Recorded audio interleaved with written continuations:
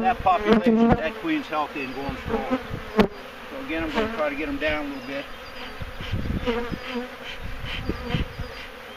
In response to the smoke, you'll see that it'll thin out on the top. It'll drive them back down into the colony so that I can put that box on without doing a lot of damage. See how it clears the top off? Yeah, yeah. So I can put the top back on for the next. Now this is pretty heavy. This weighs probably 50 pounds. So there's a fair amount of honey production. And at the sake of creating a catastrophe, maybe we'll pull one out and I'll show you what honey stores look like. You all right? You getting stung? No, I'm fine.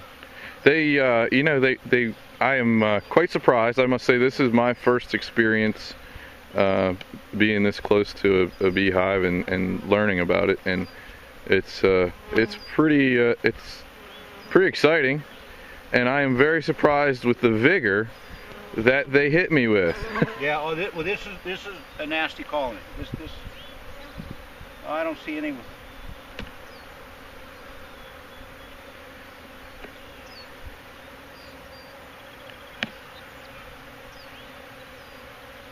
No. You're looking for just honey stores. I don't see any that are heavily enough coated with honey to be worth looking at. Okay. And that's typical what you would expect. Yeah, this time of year, they'll be thin because there's no real flowers. From a distance, you can see the dome of. Well, in good times, what I'd like to see is this will be full by the winter. When they go into the winter, that'll be solid full with honey. Okay. So let's put these young ladies away. I know, as a layperson, I would think that this time of year, I would think summer. We're here, the middle of July, that there'd be lots of honey. There's actually an absence of honey production over the summer. We started producing honey. I started building the bees up in February by feeding them pollen. And what that did, the presence of pollen stimulates the queen to lay eggs. And so going into the early spring, there'll be about 30,000 bees on that colony. When I introduce the pollen, the queen will start to lay of increased intensity. And so by the time the flowers come into bloom, there will be on the order of 60 or 70,000 bees in a strong colony. And so what I did was make an attempt to build them up early so we could get them over the early flowers. Specifically, we put them over apple orchards. And at that time, we put them over the orchard the day after Easter. We pulled them off the orchards about the end of May, and we did real well. We pulled a lot of honey off of that. Then we put them over a plant called autumn olive, Russian autumn olive. We put them on the autumn olive first part of May. We pulled them off first part of June. Again, did well. And then we let them forage on wildflowers. Would be like a honey locust tree, the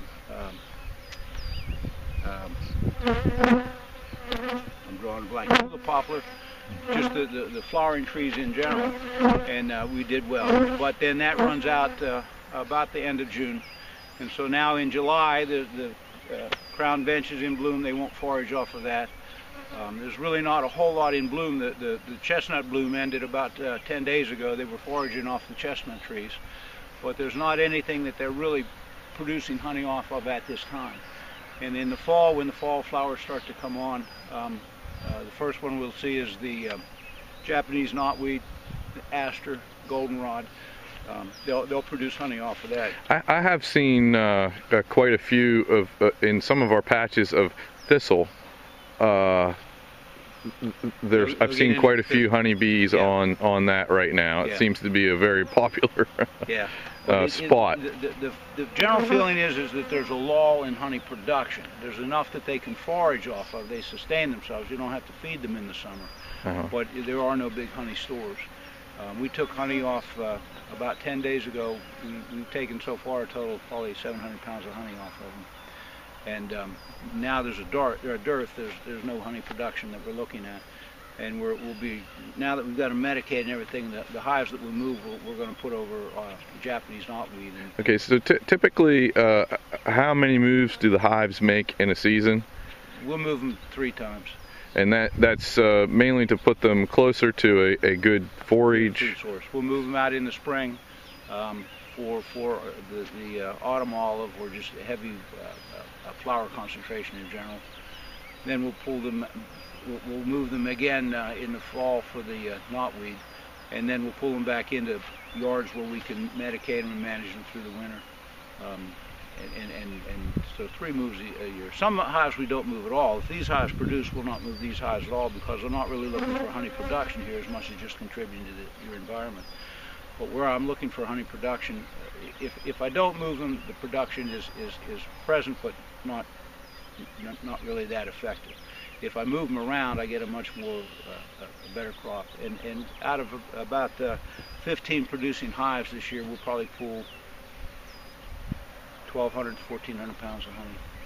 So we're pulling about 80 to 100 pounds of honey off of each hive between the summer and between the spring and the fall, and that's pretty good production. Yeah. Well, I guess I'm remiss to say that this is Mr. Steve Roth from the Tri-State Beekeepers Association, and we're here at the Palmer Golf Course at Oglebay Resort in Wheeling, West Virginia. Steve has been kind enough to place some hives here and help us learn about them, and also help us assess our impact on the environment and what we're doing on golf courses or here at the park, and hopefully this information can be passed along to folks around the country. So far we're seeing that in general the hives are healthy. Hives are healthy. The queens are laying. That's the first thing I look for, to make sure that I have laying queens. If they were queenless, then I'd have to combine the hives. The colony won't survive without a queen. As the bees age and die off, the population diminishes to the point where it can't sustain itself. So they have to have a laying queen. All 3 colonies have laying queens. This colony was a swarm that we captured. That's older than the other 2 colonies, and it's built up pretty heavily. But now we'd like to see a population of that magnitude develop here, so that they can put away adequate stores for the fall. Steve, I'd like to let you know that we have had a good response from our patrons. A lot of folks are asking questions about them, why they're here, what they're doing, what we're trying to accomplish, and the response has been overwhelmingly good.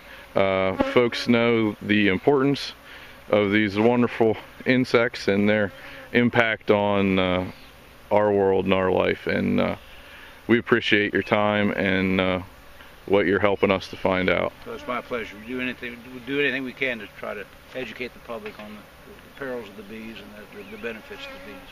Okay, we're going to sign off at this time, and I really appreciate it, Steve. Thanks a lot for your time and the information.